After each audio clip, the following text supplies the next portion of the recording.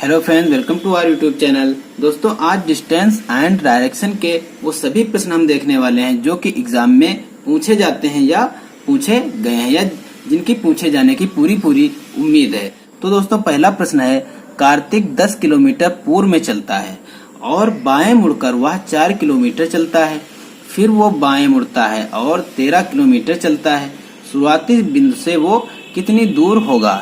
तो दोस्तों, डायरेक्शन और डिस्टेंस वाले प्रश्नों में दो ही चीजें अक्सर पूछी जाती है या फिर पूछ ली जाती है, डिस्टेंस क्या है या पूछा जाता है कि वो व्यक्ति किस दिशा में चल रहा है या उसकी दिशा क्या है। तो दोस्तों, आज हम बहुत ही आसान तरीके से देखने वाले हैं। तो देखिए, सबसे पहले इसमें हम बना लेंगे एक ग्राफ। ठीक है, एक ग्राफ बना लेंगे और इसमें होता है, आप लोग जानते होंगे, ये होता है नॉर्थ और ये होता है साउथ, मतलब ये होता है उत्तर और ये होता है दक्षिण, और इधर होता है वेस्ट मतलब पश्चिम, और ये होता है ईस्ट यानी कि उत्तर, यानी कि पूरब। ठीक है, तो हम ये ग्राफ बना लेंगे। अब इसी के अकॉर्डिंग हम ये क्वेश्चन सॉल्व करेंगे। कैसे सॉल्व करेंगे, चलिए देखते हैं। पहले क्या है, कार्तिक 10 किलोमीटर पूर्व में चलता है, तो कार्तिक को हम लिखेंगे के से। ठीक है, कार्तिक को हम लिखेंगे के से, आप लोग याद रखिएगा।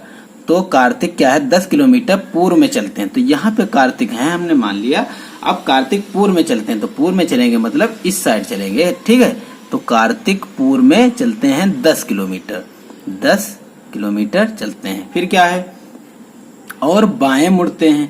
अब आप ही बताइए, इस साइड में चल रहे हैं, उनका जो फेस है वो पूरब दिशा में है, मतलब ईस्ट की ओर है, तो उनका बायां किधर होगा, बायां उनका इस साइड होगा ना, बायां इस साइड होगा।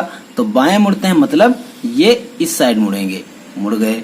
ठीक है, मुड़कर वह 4 किलोमीटर चलते हैं, तो 4 किलोमीटर चलते हैं, 4 किलोमीटर ये चल दिया।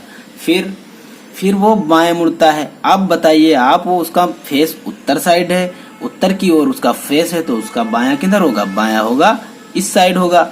और बाएं मुड़ता है तो बाएं हमने मुड़ा दिया, बाएं मुड़ गया। और 13 किलोमीटर चलता है, 13 किलोमीटर चलता है, तो 13 किलोमीटर जब चलेगा तो 10 तो ये चल दिया और 3 और चलेगा। ठीक है, 3 और चलेगा, तो ये कितना होगा, ये टोटल हो गया 13 किलोमीटर। तो शुरुआती बिंदु से वो कितनी दूरी पे है, तो अब देखिए। तो दोस्तों, अगर हम इस लाइन को मिला दें तो ये कितनी होगी, ये होगी 10 किलोमीटर और ये होगी 3 किलोमीटर, तभी तो मिलके हुआ 13 किलोमीटर। तो पूछ क्या रहा है, शुरुआती बिंदु मतलब इस बिंदु से, अब वो यहाँ पहुंच गया है तो उसकी ये दूरी पूछ रहा है, ये दूरी क्या होगी।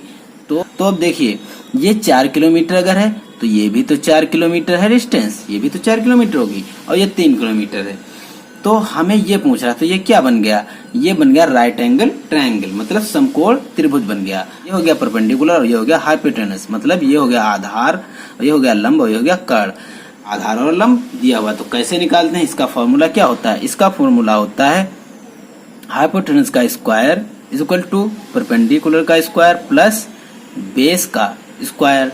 ठीक है, तो अगर आप देखिए, अगर हम इसमें ये रख दें हाइपोटेनस निकालना, तो ये हो जाएगा परपेंडिकुलर 3, तो 3 का स्क्वायर तो हो जाएगा 9 प्लस ये 4 का स्क्वायर हो जाएगा 16 और ये h का स्क्वायर, तो दोस्तों ये हो जाएगा 25।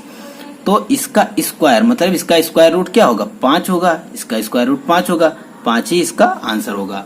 अब देखिए, ये तो हमने आपको निकालने का तरीका बताया, बट इसको ट्रिक से कैसे करेंगे जिससे कि जल्दी हो सके। देखिए, 3 और 4 का ट्रिपलेट क्या होता है, 3 4 का ट्रिपलेट होता है 3 4 और 5, तो 3 4 दिया हुआ है, तो यानी इसका 5 होगा, तो ये क्या होगा 5 किलोमीटर। तो क्या पूछ रहा था, शुरुआती बिंदु से कितनी दूरी पर है, तो देखिए शुरुआती बिंदु से वो 5 किलोमीटर की दूरी पर है।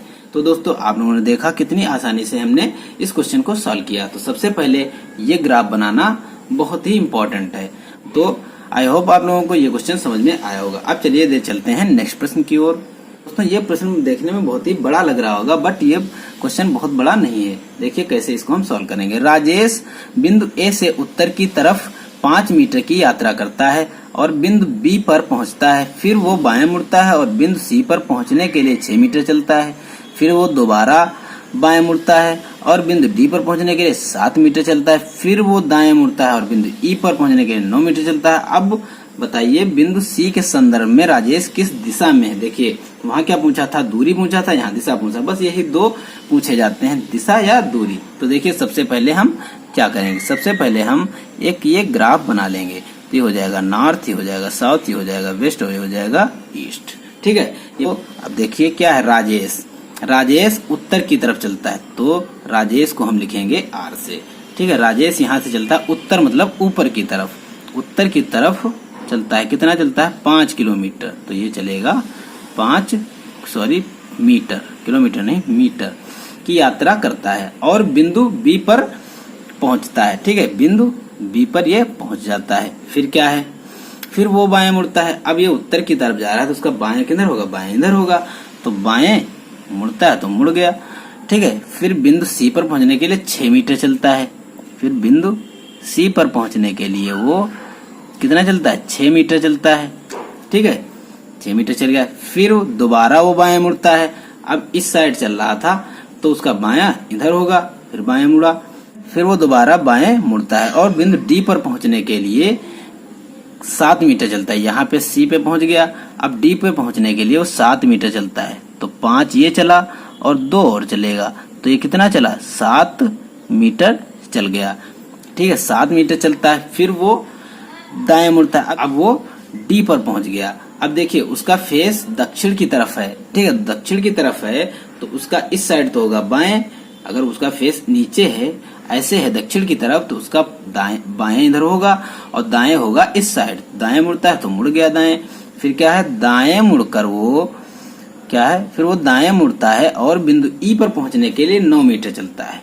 कितना चला, 9 मीटर चलता है, 9 मीटर चलता है और पहुंचता कहाँ है, ई पर पहुंचता है। ठीक है, 9 मीटर चलने के बाद बिंदु ई पर पहुंचता है। तो बताइए अब बिंदु सी के संदर्भ में राजेश किस दिशा, बिंदु सी मतलब इसके संदर्भ में राजेश किस दिशा में। तो अगर ऐसा ही ग्राफ यहाँ पे हम एक क्रिएट करें तो ये हो जाएगा नॉर्थ और ये नीचे हो जाएगा साउथ, ये हो जाएगा वेस्ट और ये हो जाएगा ईस्ट।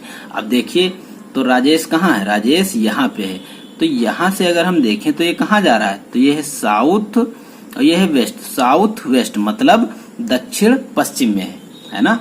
तो ये है दक्षिण पश्चिम में, दक्षिण पश्चिम ऑप्शन ए में दिया हुआ है। तो ऑप्शन ए इस तरह से सही हो जाएगा। तो आई होप दोस्तों आप लोगों को ये क्वेश्चन भी बहुत आसानी से समझ में आया होगा। अगर समझ में आया हो और वीडियो अच्छा लग रहा हो तो इस वीडियो को लाइक कीजिए और अपने दोस्तों को शेयर कीजिए और चैनल पर नए हैं तो इसे सब्सक्राइब जरूर कीजिए, बेल आइकन प्रेस करना मत भूलिएगा। चलिए देखते हैं नेक्स्ट प्रश्न। प्रश्न है, महेश सुबह में पूर्व दिशा की ओर चलना शुरू करता है। 8 मीटर चलने के बाद वह दक्षिणावर्त दिशा में 90 डिग्री मुड़ता है और 5 मीटर चलता है। फिर वह 225 डिग्री वामावर्त दिशा की ओर मुड़ता है। अब महेश किस दिशा के सामने खड़ा, फिर इसमें दिशा पूछा तो क्या करेंगे।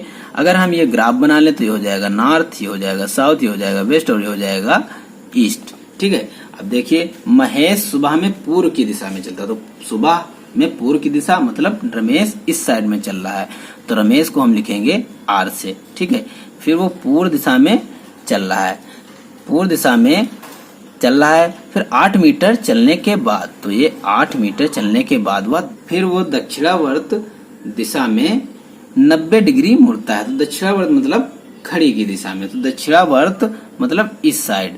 तो 90 डिग्री कैसे मुड़ेगा, यहाँ पे ऐसे मुड़ेगा तभी तो 90 डिग्री का एंगल बनेगा। फिर 90 डिग्री मुड़ता है और 5 मीटर चलता है। 90 डिग्री मुड़ने के बाद वो 5 मीटर चलता है।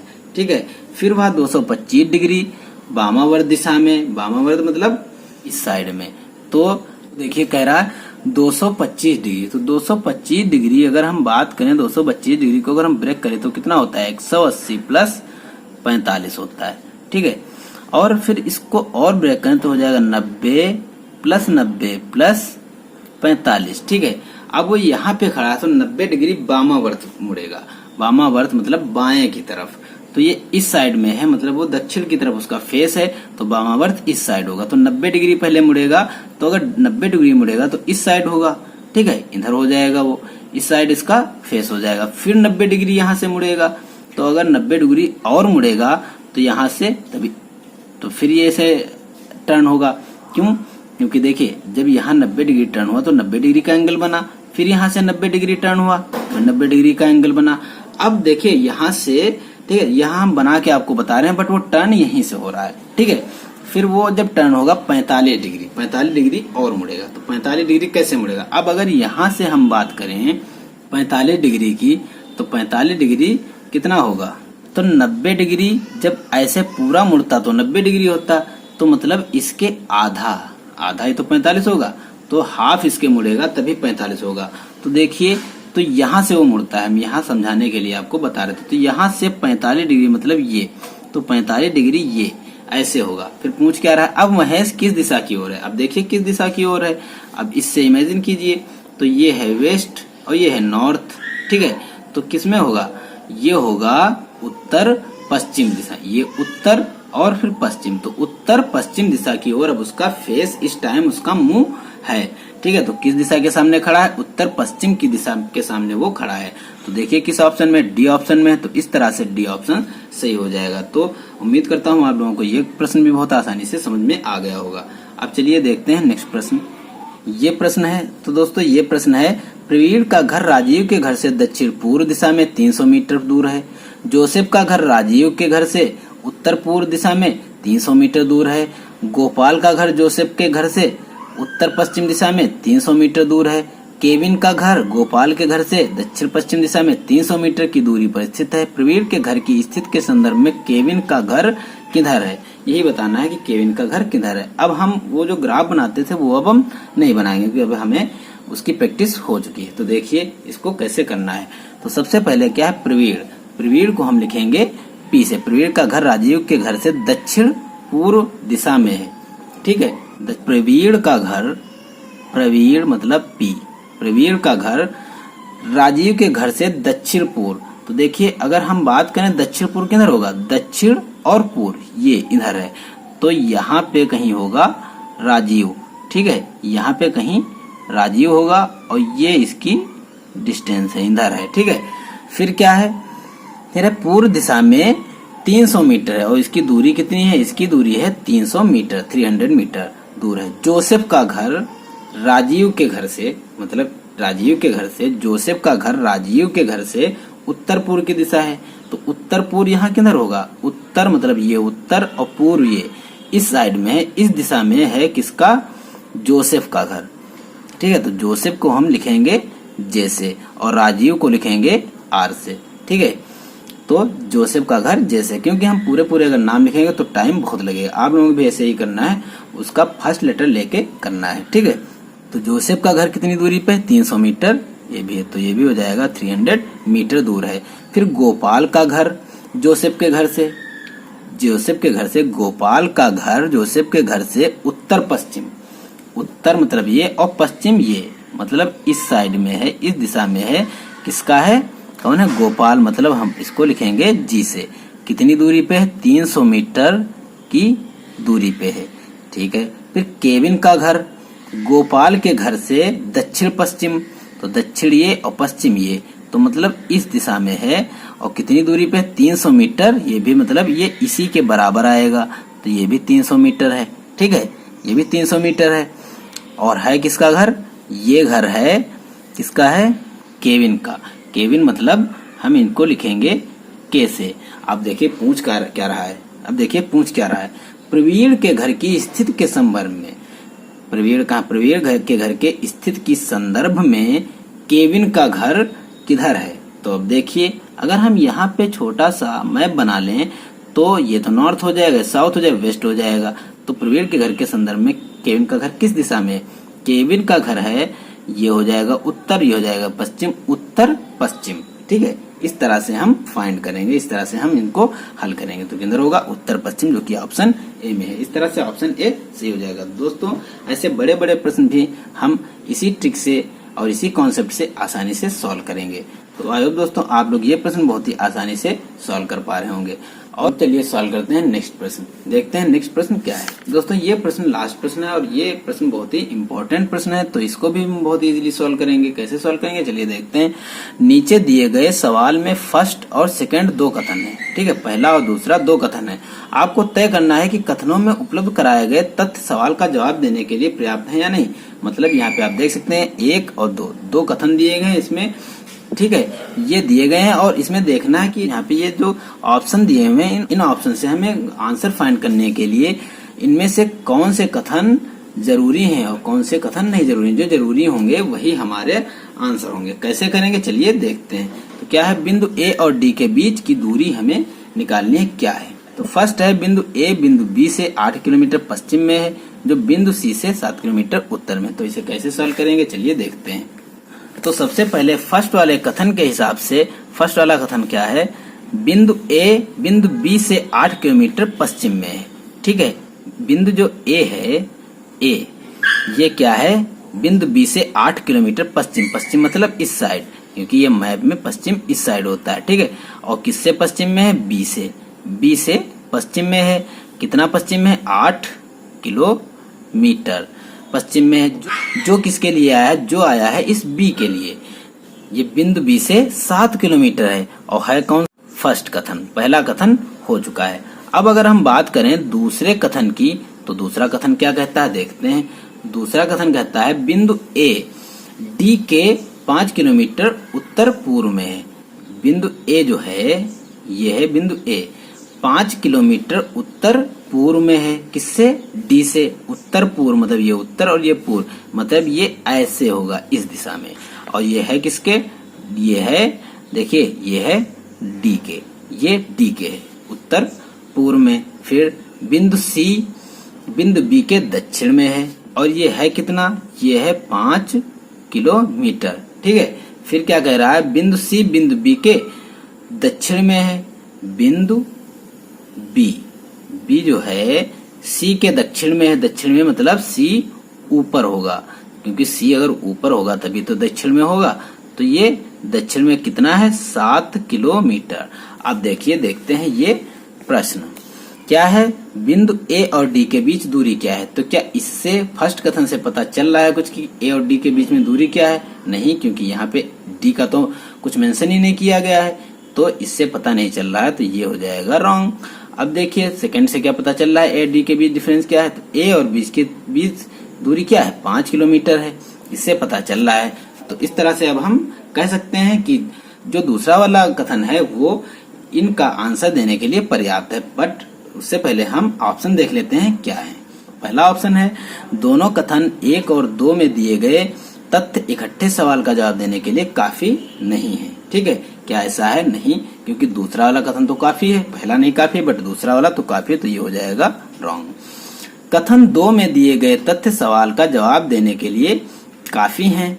हाँ बिल्कुल सही है, ये सही है, बट हम तीनों ऑप्शन चेक कर लेंगे पहले। तो सी वाला ऑप्शन क्या है, कथन 1 में दिए गए तथ्य सवाल का जवाब देने के लिए काफी हैं। क्या 1 काफी है, नहीं काफी है, तो ये हो जाएगा रॉन्ग। अब हम अगर डी की बात करें तो डी है, दोनों कथन 1 और 2 में दिए गए तथ्य इकट्ठे सवाल का जवाब देने के लिए काफी हैं। नहीं, दोनों काफी नहीं है, केवल 2 ही काफी है। तो इस तरह से बी वाला ऑप्शन हमारा सही हो जाएगा। तो दोस्तों ये प्रश्न हम कैसे करेंगे आप लोगों ने देखा, ऐसे ही आप लोग प्रश्न करिएगा और बहुत ही जल्दी आप लोग कर पाएंगे। तो आई होप दोस्तों आप लोगों को वीडियो अच्छा लगा होगा, और वीडियो अच्छा लगा हो तो इसे लाइक कीजिए, अपने दोस्तों को शेयर कीजिए, और चैनल पे अगर नए हैं और अगर अभी तक सब्सक्राइब नहीं किया तो इसे सब्सक्राइब जरूर कर लिया, बेल आइकन को प्रेस करना न भूलिएगा, ताकि वीडियो अपलोड होने के बाद तुरंत उसका नोटिफिकेशन आप तक पहुंचे और उसे आप देख सकें। तो मिलते हैं नेक्स्ट वीडियो में। Thank you.